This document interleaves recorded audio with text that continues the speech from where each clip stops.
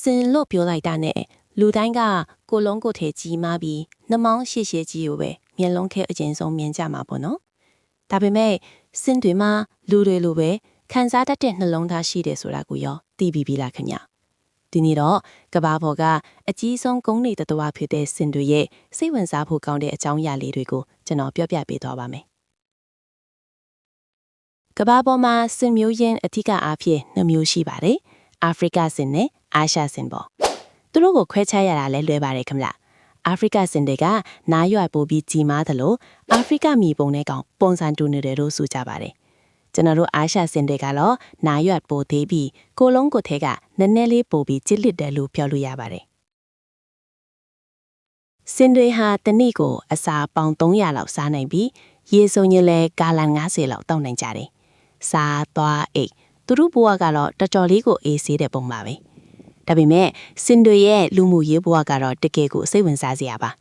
သူတို့ကမိသားစုအုပ်စုကိုစင်မကြီးကောင်ကဦးဆောင်တဲ့ပုံစံမျိုးနဲ့နေကြတာပါ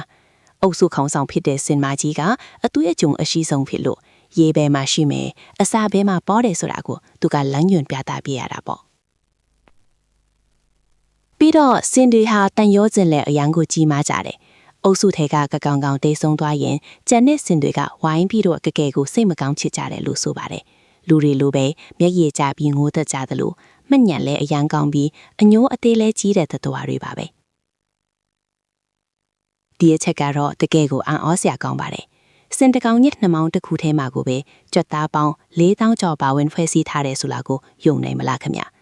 လူတကိုယ်လုံးမှာတောင်ကြွက်သား600ကျော်ပဲရှိတာလေနော်ဒါကြောင့်လဲတစ်ပင်အကြီးကြီးတွေကိုဆွဲနှုတ်နိုင်တယ်လို့မြေကြီးပေါ်ကျနေတဲ့သေးငယ်လွန်တဲ့အတ္တချောင်းကိုတောင်မှကောက်ယူနိုင်တာပေါ့ဒါပေမဲ့ဒီလိုကြီးမားပြီးတန်မာတဲ့စင်ကြီးတွေကဘာကိုကြောက်လဲဆိုတာသိချင်ကြလားသူတို့ကြောက်တာကတော့ပြားတွေပါတယ်ပြားအောင်တွေ့ရင်စင်တွေကအဝေးကနေရှောင်သွားကြတယ်သူတို့ရဲ့နှမောင်းအတွင်းသားတွေနဲ့မျက်လုံးတွေကနူးညံ့လွန်လို့ပြားတုံမှကိုအရိုင်းကြောက်ကြလာပဲဖြစ်ပါတယ်တကယ်တော့စင်တွေဟာတဘာဝပတ်ဝန်းကျင်အတွက်အရန်အရေးကြီးတဲ့ဥယျာဉ်မှုကြီးတွေလို့ပြောလို့ရပါတယ်သူတို့သွားလာရင်စွန့်ပစ်လိုက်တဲ့အငြင်းအကြီးတွေကနေတစ်ပင်အသက်တွေပြန်ပြီးပေါက်ပွားလာစေတာကိုဒါပေမဲ့ဝမ်းနဲ့ဆရာကောင်းတာကတော့အမဲလိုက်ခံရမှုတွေနေစရာနေရာတွေပျောက်ဆုံးလာတာတွေကြောင့်စင်ကောင်းရေကတဖြည်းဖြည်းလျော့နေလာနေပါတယ်